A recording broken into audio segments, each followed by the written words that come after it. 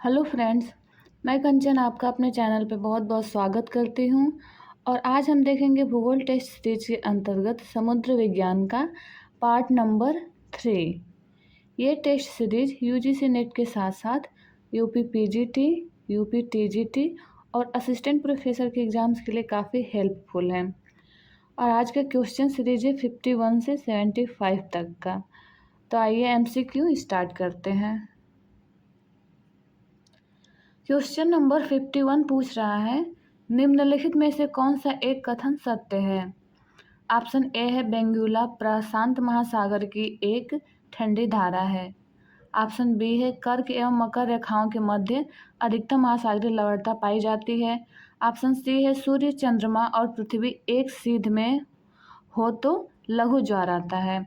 और option D है कि उच्च सागरीय ज्वार 12 घंटे 20 मिनट के अंतराल पर आता है।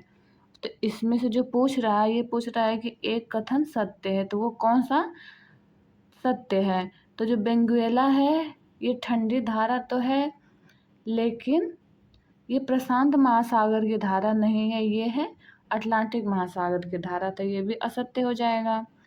फिर दिया है कि कर्क एवं मकर रेखाओं के मध्य अधिकतम महासागरीय लवणता पाई जाती है, तो ये सही है, क्योंकि कर्क एवं मकर रेखाओं के मध्य ही अधिकतम महासागरीय लवणता पाई जाती है।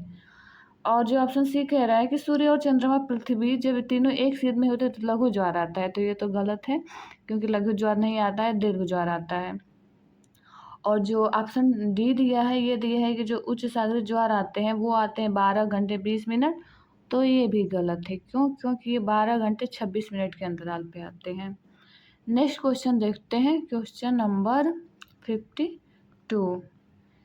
ये पूछ रहा है महासागरों में तापमान के ऊर्ध्व वितरण के बारे में से कौन से कथन सही हैं। इसमें ऑप्शन दिया है, कोट के रूप में दिया है, इसका कई ऑप्शन सही होगा, तो देखते हैं कौन कौन सा सही होगा।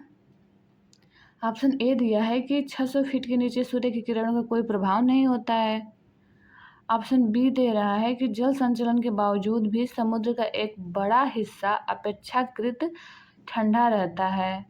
ऑप्शन सी है महासागरों में 80% जल का तापमान अस्थायी रूप से 40 डिग्री फ़ारेनहाइट से कम रहता है। वो ऑप्शन डी है कि भूमध्य रेखा से ध्रुवों की ओर के तापमान में गिरावट ऊर्ध्वाधर रूप से समान रहती है, यानी एक समान रूप से तापमान रहती है। इसमें ऑप्शन देख लीजिए, दिया है ए बी सी और डी, तो इसका जो राइट आंसर होगा, तो इसमें ये ऑप्शन ए भी सही होगा, क्योंकि 600 फीट के नीचे तो सूर्य की किरणों का कोई प्रभाव नहीं होता है, और जल संचलन के बावजूद भी समुद्र का एक बड़ा हिस्सा अपेक्षाकृत, ये जो रहता है अपेक्षाकृत ठंडा रहता है, ये भी सही है। ऑप्शन बी भी सही है और 30 भी सही है, और सी भी सही है कि महासागरों में 80% जल का तापमान जो है अस्थायी रूप से 40 डिग्री फ़ारेनहाइट से कम रहता है। तो ये ए बी सी तीनों तो सही हो गए। इसमें जो ये दे रहा है कि भूमध्य रेखा से ध्रुव की ओर तापमान में गिरावट जो है ऊर्ध्वाधर रूप में जो गिरावट होती है वो एक समान रहती है, समान रहती है, तो ये समान नहीं रहती है। भूमध्य रेखा से ध्रुवों के तरफ जो तापमान में गिरावट आती है, ये गलत है। तो इसका जो राइट आंसर हो जाएगा वो हो जाएगा ऑप्शन ए हो जाएगा। ए बी व सी सही है। नेक्स्ट क्वेश्चन देखते हैं, क्वेश्चन नंबर 53। यह दिया है कि एटॉल सर्वाधिक संख्या में स्थित है। ऑप्शन ए है हिंद महासागर में, ऑप्शन बी है अंध महासागर में, ऑप्शन सी है आर्कटिक महासागर में, व ऑप्शन डी दे रहा है प्रशांत महासागर में। तो जो एटॉलों की सबसे सर्वाधिक संख्या देखने को मिलती है, ये देखने को मिलती है हमें प्रशांत महासागर में। ऑप्शन डी इसका राइट आंसर हो जाएगा। नेक्स्ट क्वेश्चन देखते हैं, क्वेश्चन नंबर 54। ये पूछ रहा है कि निम्नलिखित कथनों का परीक्षण कीजिए तथा सही उत्तर का चयन कीजिए नीचे दिए गए कोट के आधार पे। तो ऑप्शन ए दिया है कि तटीय प्रवाल भित्तियां स्थल की सीमा से सटी होती हैं। ऑप्शन बी है कि अवरोधक प्रवाल भित्तियां स्थल से लैगून द्वारा पृथक होती हैं। और ऑप्शन सी है कि Great Barrier Reef New South Wales के पूर्व में स्थित है। वो ऑप्शन डी है कि एटाल एक मुद्रिका आकार का द्वीप होता है। तो इसका जो राइट आंसर हो जाएगा क्वेश्चन नंबर 54 का, ये हो जाएगा, ये तो इसका ए भी सही होगा। ये हो जाएगा, जो तटीय प्रवाल भित्ति होती है वो तटीय प्रवाल भित्ति जैसे तट से स्पष्ट हो रहा है तो ये सीमा से सटी होती है, और जो अवरोधक प्रवाल भित्ति होती है वो लैगून द्वारा पृथक होती हैं, ये भी सही है। और एटाल एक प्रकार का मुद्रिका आकार द्वीप होता है जो कि इस तरह का होता है, उसकी आकृति एटाल मुद्रिका के समान। जो ग्रेट बैरियर रीफ वो जो न्यू साउथ वेल्स के पूर्व में बता रहा है ये गलत है। ये ऑस्ट्रेलिया के न्यू साउथ वेल्स के पूर्व में स्थित ना हो कि ये है क्वींसलैंड एक स्टेट है, उसके पूर्वी तट पे पड़ता है। जो ग्रेट बैरियर रीफ है ऑस्ट्रेलिया के पूर्व में तो वह पड़ता है क्वींसलैंड के पूर्व में। नेक्स्ट क्वेश्चन देखते हैं। तो इसका जो राइट आंसर हो जाएगा, ये सी तो गलत हो गया, तो ये हो जाएगा ये ए बी व डी, ऑप्शन बी इसका राइट आंसर हो जाएगा। अब देखते हैं नेक्स्ट क्वेश्चन, क्वेश्चन नंबर 55। ये पूछ रहा है कि महासागरीय तल के उच्चावच मंडलों में सर्वाधिक विस्तार है, यानी सर्वाधिक क्षेत्रफल पे किसका विस्तार है। ऑप्शन ए है महाद्वीपीय मग्न तट, ऑप्शन बी है महाद्वीपीय मग्न ढाल, ऑप्शन सी है गहन सागरीय मैदान, व ऑप्शन डी है महासागरीय गर्त। तो इसका राइट आंसर हो जाएगा ऑप्शन सी, गहन सागरीय मैदान। सर्वाधिक विस्तार है महासागर के तले पे इसका। नेक्स्ट क्वेश्चन देखते हैं, क्वेश्चन नंबर 56। ये पूछ रहा है कि निम्न में से कौन नैरेटिक तटीय प्लैंकटन पदार्थों से संबंधित है। ऑप्शन ए है चट्टानों से प्राप्त विघटित पदार्थ, ऑप्शन बी है ज्वालामुखी विस्फोट से प्राप्त पदार्थ, ऑप्शन सी है सागरीय जीवों के अस्थि पंजरों के विघटन से प्राप्त पदार्थ, वो ऑप्शन डी है नदियों द्वारा लाए गए अकार्बनिक पदार्थ। तो जो इसका राइट आंसर होगा वो होगा ऑप्शन सी, सागरीय जीवों के अस्थि पंजरों के विघटन से प्राप्त पदार्थ। ये होते हैं नैरेटिक, इनको नैरेटिक या तटीय प्लैंकटन कहते हैं। जो ये सागरीय जीवों के ही जो अवशेष उनके होते हैं उसके विघटन से या उनके अवशेषों की हम कह सकते हैं कि नैरेटिक या तटीय प्लैंकटन कहते हैं। नेक्स्ट क्वेश्चन देखते हैं, क्वेश्चन नंबर 57। ये पूछ रहा है कि नीचे दो कथन दिए गए हैं, एक को अभिकथन ए और दूसरे को कारक बी का नाम दिया गया है, और अपने उत्तर का चयन नीचे दिए गए कोड से कीजिए। देख लेते हैं इसमें कथन ए क्या कह रहा है। ये कह रहा है कि उष्णकटिबंधीय क्षेत्रों में प्रवाल भित्तियां प्रमुखता से महासागरों के पूर्वी भागों में पाई जाती हैं, और कारण दिया है आर के प्रवालों की वृद्धि हेतु 18 से 30 डिग्री सेंटीग्रेड के मध्य तापमान अनुकूल होता है। इसमें 4 कथन दिए हैं, 4 कथन देख लीजिए, ए बी और सी और डी। तो इसमें जो दिया है ये दिया है कि ऑप्शन ए जो हो जाएगा ये गलत हो जाएगा, क्योंकि जो उष्णकटिबंधीय क्षेत्रों में जो प्रवाल भित्तियां होती तो हैं उष्णकटिबंधीय क्षेत्रों में, लेकिन ये महासागरों के पूरे भागों में न होकर के ये महाद्वीपों के पूर्वी भागों में देखने को मिलती हैं, क्योंकि महाद्वीपों के जो पूर्वी भाग होते हैं उन पे गर्म जल धाराओं का प्रभाव देखने को मिलता है, इसलिए वहाँ पे उनको तापमान की अनुकूल दशाएं मिल जाती हैं। फिर दिया है ये जो इसका वो कारण दिया है, ये दिया है कि प्रवालों की वृद्धि के लिए लगभग 18 से 30 डिग्री सेंटीग्रेड के मध्य तापमान होना चाहिए, तो ये सही है। तो इसका जो राइट आंसर हो जाएगा ये हो जाएगा ऑप्शन डी, ए असत्य है परंतु आर सत्य है। नेक्स्ट क्वेश्चन देखते हैं, क्वेश्चन नंबर 58। ये दिया है कि सूची 1 को सूची 2 से सम्मिलित कीजिए तथा कोड से सही उत्तर चुनिए। एक तरफ दिया है नदी का नाम, दूसरी तरफ दिया है मुहाने पर जलाशय का नाम, यानी कहाँ ये जाके इसका मुहाना कहाँ आता है, कहाँ जाके नदियाँ गिरती हैं या मिलती हैं। ऑप्शन ए में दिया है ओरिनिको नदी, इसमें सही उत्तर हमें पहले देख लेते हैं कि क्या निकालना है, सही उत्तर चुनना है, सही बताना है। ओरिनिको नदी का दिया है गिनी की खाड़ी, नाइजर नदी प्रशांत महासागर, वोल्गा नदी अंध महासागर, व आमूर नदी कैस्पियन सागर। तो इसका जो राइट आंसर हो जाएगा, इसका राइट आंसर होगा ऑप्शन डी, आमूर नदी कैस्पियन सागर में गिरती है, ये सही है। बाकी वोल्गा नदी अंध महासागर में न गिर के प्रशांत महासागर में मिलती है। यदि हम नाइजर की बात करें तो ये गिनी की खाड़ी में गिरती है। ओरिनिको जो अंध महासागर में इसका मुहाना देखने को मिलता है। तो इस प्रकार से इसका राइट आंसर हो जाएगा ऑप्शन डी। नेक्स्ट क्वेश्चन देखते हैं, क्वेश्चन नंबर 59 देखते हैं। ये पूछ रहा है कि निम्नलिखित में से कौन सी महासागरीय धारा हिंद महासागर से संबंधित है। ऑप्शन ए है फ्लोरिडा धारा, ऑप्शन बी है कनारी की धारा, ऑप्शन सी है अगुल्हास धारा और ऑप्शन डी है क्यूराइल धारा। तो इसका राइट आंसर हो जाएगा, वो हो जाएगा ऑप्शन सी, अगुल्हास धारा जो है ये संबंधित है हिंद महासागर से। नेक्स्ट क्वेश्चन देखते हैं, क्वेश्चन नंबर 60। ये पूछ रहा है कि निम्नलिखित में से कौन सा समूह सही नहीं है।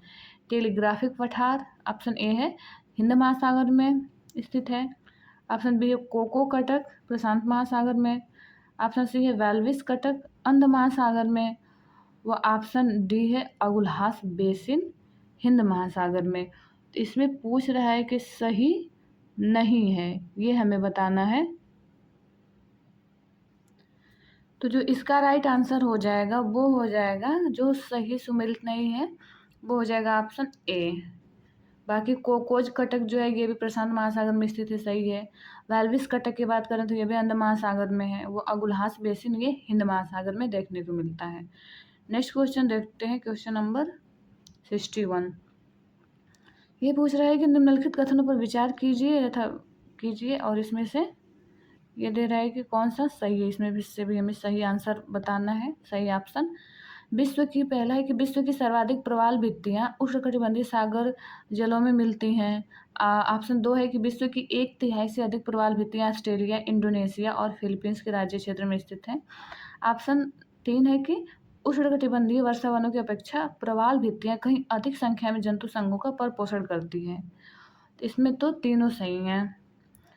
प्रवाल भित्तियाँ, ये भी ऑप्शन ए भी सही है, ऑप्शन बी भी सही है कि 1/3 1/3 से ज़्यादा लगभग ऑस्ट्रेलिया, इंडोनेशिया और फिलीपींस के राज्य क्षेत्र में स्थित है।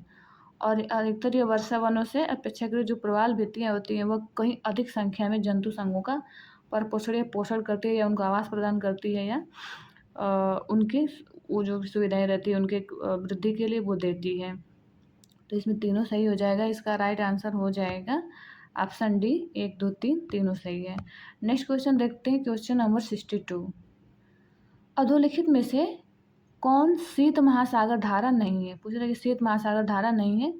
ऑप्शन ए है कनारी, ऑप्शन बी है हम्बोल्ट, ऑप्शन सी है ओयासियो व ऑप्शन डी अगुल्हास। तो इसमें बता रहे हैं कि शीत महासागर धारा नहीं है, ये बताना है हमें। इसका राइट आंसर हो जाएगा ऑप्शन बी हम्बोल्ट धारा, जो कि एक गर्म जल धारा है। नेक्स्ट क्वेश्चन देखते हैं, क्वेश्चन नंबर 63। निम्नलिखित कारकों पर विचार कीजिए। ऑप्शन 1 है कि पृथ्वी का आवर्तन, 2 में दिया है वायु दाब और हवा, 3 में दिया है महासागरीय जल का घनत्व और 4 में दिया है पृथ्वी का परिक्रमण। पूछ रहा है कि उपयुक्त में से कौन से कारक महासागरीय धाराओं को प्रभावित करते हैं। इसमें जो चारों कारक दिए इसमें से कौन कौन से कारक, ऑप्शन देख लेते हैं। ए, बी, सी व डी दिया हुआ है। तो इसमें से कौन कौन से कारक हमारे जो महासागरीय जो धाराएं चलती हैं इनको कौन कौन से कारक प्रभावित कर सकते हैं। तो ये भी ऑप्शन ए भी 1 भी सही है और 2 भी सही है, क्योंकि वायु दाब और हवा ये भी महासागरीय धाराओं को प्रभावित करते हैं या उसकी गति को निर्धारित करते हैं। और महासागरीय जल का घनत्व करता है उच्च घनत्व से ये निम्न घनत्व की तरफ ये जल धाराएं प्रभावित होती हैं। तो इसका तीनों ऑप्शन 3 सही है, चौथा सही नहीं है। पृथ्वी के परिक्रमण का इससे कोई लेना देना नहीं है। नेक्स्ट क्वेश्चन देखते हैं, क्वेश्चन नंबर 64। ये है कि महासागरीय नितल का सबसे विस्तृत भाग कौन सा है। ऑप्शन ए है महासागरीय गर्त, ऑप्शन बी है महासागरीय ढाल व ऑप्शन सी दिया है महासागरीय मग्न तट, ऑप्शन डी है गहरे सागरीय मैदान। तो इसका राइट आंसर हो जाएगा ऑप्शन डी, गहरे सागरीय मैदान का नितल सबसे विस्तृत भाग है महासागरीय नितल पे। नेक्स्ट क्वेश्चन देखते हैं, क्वेश्चन नंबर 65। ये है कि 90 ईस्ट रिज कहाँ पर स्थित है। ऑप्शन ए है प्रशांत महासागर में, ऑप्शन बी है हिंद महासागर में, ऑप्शन सी है अंध महासागर में या ऑप्शन डी आर्कटिक महासागर में। तो इसका राइट आंसर हो जाएगा ऑप्शन बी, हिंद महासागर में स्थित है। नेक्स्ट क्वेश्चन देखते हैं, क्वेश्चन नंबर 66। ये पूछ रहा है कि निम्नलिखित कथनों पर विचार कीजिए और कौन सा सही है। सही बताना है। पृथ्वी ग्रह पर उपयोग के लिए उपलब्ध अलवण जल यानी मीठा पानी कुल प्राप्त जल की मात्रा के लगभग 1% से भी कम है। वह ऑप्शन 2 है कि पृथ्वी ग्रह पर पाए जाने वाले कुल अलवण जल यानी मीठा पानी का 95% ध्रुवीय बर्फ छत्र के हिम नदों में आबद्ध है। तो इसमें से हमें देखना है कि बताना है सही कि सही कौन सा होगा। तो इसका जो राइट आंसर होगा वो होगा ऑप्शन सी, दोनों जो बातें जो कथन कहा गया है वो बिल्कुल सही है। नेक्स्ट क्वेश्चन देखते हैं, क्वेश्चन नंबर 67। हमारे जलमंडल का सबसे बड़ा भाग है। ऑप्शन ए अटलांटिक महासागर, ऑप्शन बी हिंद महासागर, ऑप्शन सी प्रशांत महासागर व ऑप्शन डी अंटार्कटिक महासागर। इसका राइट आंसर हो जाएगा ऑप्शन सी, प्रशांत महासागर हमारे जलमंडल का सबसे बड़ा भाग है। नेक्स्ट क्वेश्चन देखते हैं, क्वेश्चन नंबर 68। ये पूछ रहा है कि निम्नलिखित महासागरों में से किस एक में डायमेंटिना परिखा स्थित है। ऑप्शन ए है प्रशांत महासागर, ऑप्शन बी है अटलांटिक महासागर, ऑप्शन सी है हिंद महासागर व ऑप्शन डी है उत्तरी ध्रुवीय महासागर। इसका जो राइट आंसर हो जाएगा वो हो जाएगा ऑप्शन सी, जो डायमेंटिना परिखा एक प्रकार का क्षेत्र है जिसमें बहुत सारी खाइयाँ मिलती हैं। तो ये है हिंद महासागर में। नेक्स्ट क्वेश्चन देखते हैं, क्वेश्चन नंबर 69। क्वेश्चन नंबर कह रहा है कि निम्नलिखित में से कौन सी दक्षिण अटलांटिक महासागर की शीतल धारा है। ऑप्शन ए है कनारी धारा, ऑप्शन बी बेंगुएला धारा, ऑप्शन सी अगुल्हास धारा व ऑप्शन डी ब्राजील धारा। तो इसका जो राइट आंसर हो जाएगा वो हो जाएगा ऑप्शन बी बेंगुला धारा, क्योंकि ये दक्षिण अटलांटिक महासागर में बहती है। ये बहती है अफ्रीका के दक्षिणी पश्चिमी भाग में, दक्षिण से उत्तर की तरफ प्रवाहित होती है। नेक्स्ट क्वेश्चन देखते हैं, क्वेश्चन नंबर 70। ये है कि निम्नलिखित में से कौन सी शीत धारा है। ऑप्शन ए है पेरुवियन धारा, ऑप्शन बी है क्यूरोसियो, ऑप्शन सी है गल्फ स्ट्रीम व ऑप्शन डी है ब्राज़ील। तो ये पूछ रहा है कि इसमें से शीत धारा कौन सी है। इसका जो राइट आंसर हो जाएगा वो होगा ऑप्शन बी, क्यूरोसियो। ये जो है एक शीत धारा है जो कि प्रशांत महासागर में चलती है। एक है कि एशिया के पूर्वी भाग में, ये उत्तर से दक्षिण की तरफ प्रवाहित होती है। क्यूराइल द्वीप समूह की बात करें तो उससे सटके। नेक्स्ट क्वेश्चन देखते हैं, क्वेश्चन नंबर 71। क्वेश्चन नंबर 71 कह रहा है कि निम्नलिखित कथनों पर विचार कीजिए। ऑप्शन एक है कि महासागरीय धाराएं महासागर में जल का मंद भूपृष्ठ संचलन होती हैं। ऑप्शन 2 है महासागरीय धाराएं पृथ्वी का ताप संतुलन बनाए रखने में भी सहायक होती हैं। और ऑप्शन 3 है महासागरीय धाराएं मुख्यतः सनातन पवनों द्वारा भी चलायमान होती हैं। ऑप्शन 4 भी दिया है, इसमें ये दिया है कि महासागरीय धाराएं महासागर संरूपण द्वारा प्रभावित होती हैं। इसमें से कौन से वक्तव्य सही हैं, पूछ रहा है कि कौन से वक्तव्य इसमें से सही हैं क्वेश्चन नंबर 71 का। तो इसका जो राइट आंसर हो जाएगा वो हो जाएगा ऑप्शन डी। चारों ऑप्शन इसमें सही हैं, जो भी कथन दिए गए हैं चारों सही कह रहे हैं। नेक्स्ट क्वेश्चन देखते हैं, question number 72।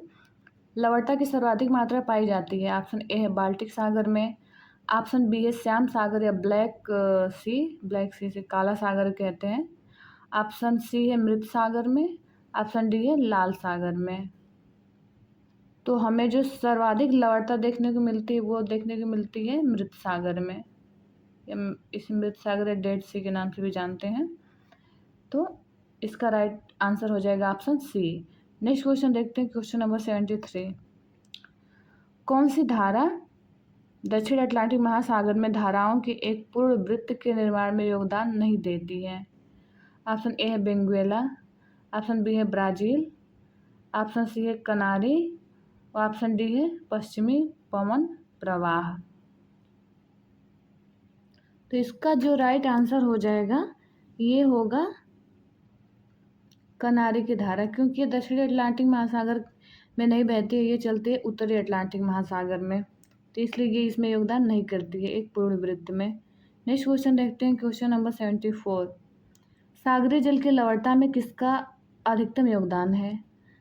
Option A calcium sulphate, option B magnesium chloride, option C magnesium sulphate व ऑप्शन सी डी दिया है सोडियम क्लोराइड। तो इसका राइट जो आंसर होगा वो होगा ऑप्शन डी सोडियम क्लोराइड का सर्वाधिक योगदान है सागरीय लवणता में। नेक्स्ट क्वेश्चन देखते हैं, क्वेश्चन नंबर 75। ये पूछ रहा है कि अगुलहास धारा चलती है, ऑप्शन ए है हिंद महासागर में, ऑप्शन बी है प्रशांत महासागर में, ऑप्शन सी है उत्तरी अटलांटिक महासागर में, व ऑप्शन डी दक्षिणी अटलांटिक महासागर में। तो जो अगुलहास धारा चलती है ये चलती है हिंद महासागर में, ऑप्शन ए इसका राइट आंसर होगा। और ये है आज का लास्ट क्वेश्चन। फिर मिलते हैं नेक्स्ट वीडियो में, और ये वीडियो देखने के लिए आप लोगों का बहुत बहुत धन्यवाद।